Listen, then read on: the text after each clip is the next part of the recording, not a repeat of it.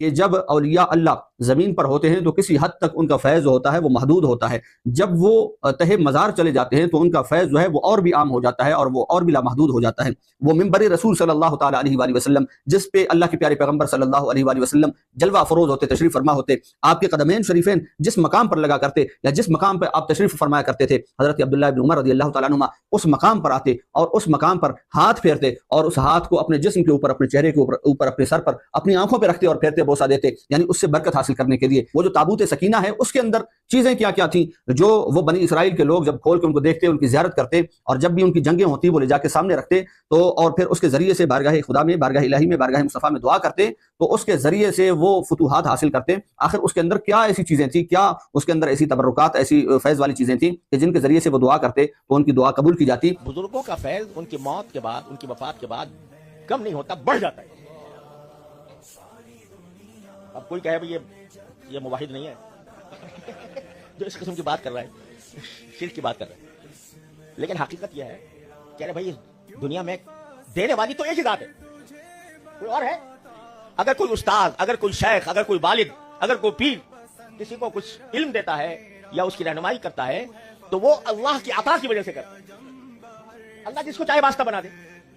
وہ واسطہ بنا دے، وہ واسطہ چاہے تو کوہ طور کو بنا دے، وہ چاہے تو آگ کو بنا دے، اس کے ذریعے پہنچا دے، وہ جس کو چاہے واسطہ بنا دے، وہ واسطے کے ذریعے عطا فرماتا ہے۔ واسطہ جس کو چاہے بنا دے، وہ زندہ کو بنا دے یا مردہ کو بنا دے۔ تو اس لیے اللہ تبارک و تعالیٰ کی طرف سے جو فیض ہے وہ اللہ ہی کا ہے، عطا ہے، موتی حقیقی صرف ایک ہے، اور جو کوئی ہے وہ اس نے واسطہ بنا دیا،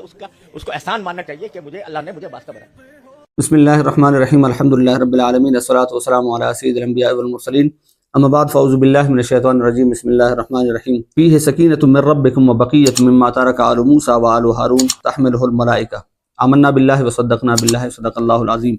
سامعین السلام، جس طرح کہ آپ نے مفتی تقی عثمانی صاحب کو آپ نے سماعت فرمایا، جو اس وقت دیوبند کے جو ہے وہ مفتی اعظم مانے جاتے ہیں، مفتی اعظم پاکستان کہلاتے ہیں، انہوں نے جو بات ارشاد فرمائی ہے بہت ہی عمدہ اور زبردست گفتگو انہوں نے فرمائی ایک مختصر سے کلپ میں۔ تو میں یہ عرض کرنا چاہ رہا ہوں کہ یہی تو 1400 سالوں سے الحمدللہ اہل سنت و جماعت قرآن اور احادیث اور آثار صحابہ اور تعلیمات صوفیہ کرام، علماء کرام کی روشنی میں یہ بتاتے چلے آ رہے ہیں، آج تک بتا رہے ہیں، اور قیامت تک انشاءاللہ یہ بتاتے رہیں گے کہ اولیاء اللہ جو ہیں وہ چاہے دنیا میں ہوں یا دنیا سے پردہ فرما جائیں ظاہری طور پہ، یعنی زمین کے اوپر ہوں یا زمین کے اندر ہوں، وہ فیض ان کا جاری و ساری رہتا ہے۔ بلکہ جس طرح آپ نے خود یہ بات ارشاد فرمائی کہ جب اولیاء اللہ زمین پر ہوتے ہیں تو کسی حد تک ان کا فیض ہوتا ہے وہ محدود ہوتا ہے، جب وہ تہ مزار چلے جاتے ہیں تو ان کا فیض جو ہے وہ اور بھی عام ہو جاتا ہے اور وہ اور بھی لامحدود ہو جاتا ہے۔ اسی طرح ہم ہمیشہ سے یہ بتاتے اور عرض کرتے چلے آ رہے ہیں، اور علماء اہل سنت یہ تعلیمات دیتے آ رہے ہیں عوام الناس کو، شاخان رسول صلی اللہ علیہ وآلہ وسلم کو، کہ اولیاء اللہ جو ہیں وہ فیض ان کا جاری و ساری رہتا ہے، چاہے وہ زمین کے اوپر ہوں یا زمین کے اندر ہوں، چاہے وہ اس زندگی میں ہوں یا اس کے بعد کی جو زندگی ہے وہ زندگی ان کی ہو، ان کا فیض بہرحال جاری و ساری رہتا ہے اور قیامت تک جاری و ساری رہتا ہے۔ بلکہ ان کی ذوات تو بہت اونچے مقام پر ہوتی ہیں، ان کے ساتھ جو چیزیں منسلک ہو جاتی ہیں، ان کے ساتھ جو چیزیں وابستہ اور منسوب ہو جاتی ہیں، اللہ تعالیٰ ان کو بھی متبرک بنا دیتا ہے اور وہ بھی برکت اور فیض رساں ہو جاتی ہیں۔ اسی طرح یہ صرف آج کل کے دور کی بات نہیں ہے، یہ الحمدللہ قرآن اور حدیث سے ثابت ہے، جس طرح کہ میں نے آپ کے سامنے آیت مقدسہ پڑھی، اللہ تعالیٰ نے فرمایا کہ وَفِيهِ سَكِينَةٌ مِّن رَبِّكُمْ وَبَقِيَّةٌ مِّمَّا تَرَكَ آلُ مُوسَىٰ وَآلُ هَارُونَ تَحْمِلُهُ الْمَلَائِكَةُ، وہ جو تابوت سکینہ ہے اس کے اندر چیزیں کیا کیا تھیں جو وہ بنی اسرائیل کے لوگ جب کھول کے ان کو دیکھتے، ان کی زیارت کرتے، اور جب بھی ان کی جنگیں ہوتی وہ لے جا کے سامنے رکھتے تو، اور پھر اس کے ذریعے سے بارگاہ خدا میں، بارگاہ الہی میں، بارگاہ مصطفیٰ میں دعا کرتے تو اس کے ذریعے سے وہ فتوحات حاصل کرتے۔ آخر اس کے اندر کیا ایسی چیزیں تھیں، کیا اس کے اندر ایسی تبرکات، ایسی فیض والی چیزیں تھیں کہ جن کے ذریعے سے وہ دعا کرتے تو ان کی دعا قبول کی جاتی۔ تو اس پر مفسرین فرماتے ہیں کہ حضرت موسیٰ علیہ نبینا علیہ السلام پر جو تورات شریف نازل ہوئی، اس تختیوں کے چند ٹکڑے وہاں اس میں موجود تھے، اور اسی طرح حضرت موسیٰ علیہ نبینا علیہ السلام کا عصا مبارک اس کے اندر موجود تھا، آپ کا جبہ مبارک اس کے اندر موجود تھا، اور بلکہ آپ کی جو نالین مبارک ہیں وہ بھی اس کے اندر موجود تھیں۔ اسی طرح حضرت موسیٰ علیہ نبی علیہ السلام کے بھائی حضرت ہارون علیہ نبی علیہ السلام کے کئی تبرکات اس کے اندر موجود تھے۔ تو اس کو دیکھا جائے، یہ قرآن پاک سے بھی واضح طور پہ ثابت ہے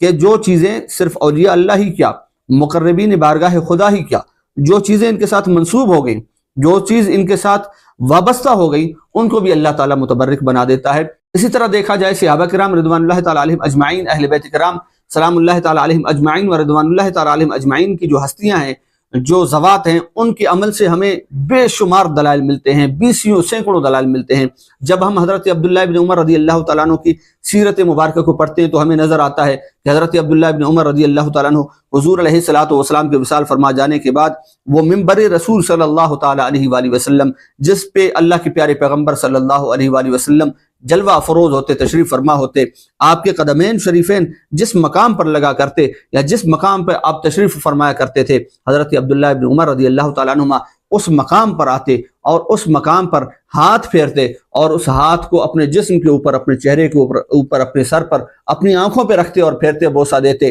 یعنی اس سے برکت حاصل کرنے کے لیے۔ اسی طرح جب ہم حضرت بلال مؤذن رسول صلی اللہ تعالیٰ علیہ وآلہ وسلم اور رضی اللہ تعالیٰ عنہ کو دیکھتے ہیں، جب وہ شام جا کے واپس آتے ہیں مدینہ شریف میں، تو چوکھٹے رسول صلی اللہ تعالیٰ علیہ وآلہ وسلم، حجرہ مبارک حضرت ام المومنین عائشہ صدیقہ رضی اللہ تعالیٰ عنہ کا، جس میں حضور علیہ الصلوۃ والسلام کا جسم انور، جسم اطہر مبارک رکھا گیا، وہاں پہ آ کے اس چوکھٹ کو بوسہ دیتے ہیں۔ اسی طرح کسی صحابی نے انکار نہیں کیا، کسی صحابی نے اختلاف نہیں کیا، کسی صحابی نے شرک کے فتوے نہیں لگائے، کسی صحابی نے کفر کے فتوے نہیں لگائے، اور خود حضرت بلال رضی اللہ تعالیٰ عنہ صحابی رسول ہیں، ایک طویل مدت حضور علیہ الصلوۃ والسلام کی صحبت میں گزاری کہ آپ نہیں سمجھ سکتے کہ صحیح کیا ہے تو غلط کیا ہے، اسلام کیا ہے تو کفر کیا ہے، اسلام کیا ہے تو شرک کیا ہے، کہ آپ نہیں سمجھ سکتے تھے۔ یقیناً آپ سمجھ سکتے تھے، اور کم از کم چلو آپ سے اگر تسامح ہو بھی جاتا ہے، کوئی خطا اجتہادی ہو بھی جاتی ہے، تو دیگر کئی صحابہ کرام اس وقت موجود ہیں، جید صحابہ کرام، لیکن کسی نے منع نہیں کیا۔ یہ اس بات کا ثبوت ہے کہ نہ صرف اولیاء اللہ مقربین بارگاہ خدا، بلکہ جو چیزیں ان کے ساتھ منسوب اور متعلق ہوتی ہیں وہ بھی فیض رساں ہوتی ہیں، وہ بھی باعث برکت ہوتی ہیں، وہ بھی باعث سعادت ہوتی ہیں۔ اسی طرح حضرت امام احمد بن حنبل رحمۃ اللہ تعالیٰ علیہ کو دیکھا جائے، حضرت امام شافعی رحمۃ اللہ تعالیٰ علیہ کو دیکھا جائے، شیخ ابن تیمیہ کو دیکھا جائے، جو یوں سمجھے کہ غیر مقلدین وہابیوں کا بہت بڑے پائے کے عالم دین کہلاتے ہیں۔ شیخ ابن تیمیہ صاحب، جب یہ آپ نے حدیث سنی نا کہ حضرت امام احمد بن حنبل رحمۃ اللہ تعالیٰ علیہ، امام شافعی رحمۃ اللہ تعالیٰ علیہ وہاں حضور علیہ الصلوۃ والسلام کے حجرہ مبارک کو بوسہ دینے کے جواز کا فتویٰ دیتے ہیں، تو اس پر آپ نے انتہائی حیرت کا اظہار کیا۔ تو اس پر حافظ عراقی نے کہا کہ اس پہ حیرت والی کون سی بات ہے، یہ تو معمول رہا ہے صحابہ کرام رضوان اللہ تعالیٰ علیہم اجمعین کا۔ اسی طرح وہ تو بہت اونچی ہستیاں ہیں، بہت اونچے مقامات ہیں، ان کے بہت اونچے مراتب ہیں ان کے، باہم دیکھیں علماء کرام، بزرگان دین، ائمہ مجتہدین کس طرح باہمی محبت کیا کرتے تھے۔ حضرت امام شافعی رحمۃ اللہ تعالیٰ علیہ امام احمد بن حنبل رحمۃ اللہ علیہ کا جبہ لے لیتے ہیں، لباس لے لیتے ہیں، اور اس کا دھلا ہوا یعنی دھون جو پانی ہے ان کا، وہ لے کے کبھی چہرے پہ ملتے ہیں، کبھی جسم پہ ملتے ہیں۔ اسی طرح امام شافعی رحمۃ اللہ تعالیٰ علیہ مزار حضرت امام اعظم امام الائمہ امام اعظم ابو حنیفہ رضی اللہ تعالیٰ عنہ کے مزار پر جاتے ہیں، تو ان سے جا کے برکت حاصل کرتے ہیں، توسل حاصل کرتے ہیں۔ تو یہ ذہن میں رکھیے کہ الحمدللہ 1400 سالوں سے یہ اہل سنت کا اجماعی اور مسلمہ عقیدہ رہا ہے کہ اس میں کوئی دو رائے نہیں ہے کہ اولیاء اللہ جو ہیں، چاہے زمین کے اوپر ہوں یا زمین کے اندر ہوں، چاہے ظاہری زندگی ہو یا وہ زندگی ہو جو ایک موت آ جانے کے بعد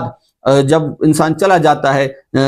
قبر میں، برزخ میں، تو اس کے بعد جا کے وہ زندگی ہو، وہ پھر بھی اسی طرح فیض رساں ہوتے ہیں۔ بلکہ جس طرح خود جناب مفتی تقی عثمانی صاحب نے فرمایا کہ وہ پہلے سے بھی زیادہ فیض رساں ہو جاتے ہیں، پہلے سے بھی زیادہ طاقتور ہو جاتے ہیں، پہلے سے بھی زیادہ اللہ تعالیٰ کی عنایات ان کے اوپر ہو جاتی ہیں۔ اگرچہ دیکھیں انہوں نے خود بھی کہا ہے، اور علماء اہل سنت ہمیشہ سے یہ کہتے آ رہے ہیں کہ خدا کا شریک کوئی نہیں ہے، وہ خود سے عطا فرماتا ہے اور ان کو عطا ہوا ہے۔ اس کی تمام جتنی بھی طاقتیں ہیں، قدرتیں ہیں، اس کی تمام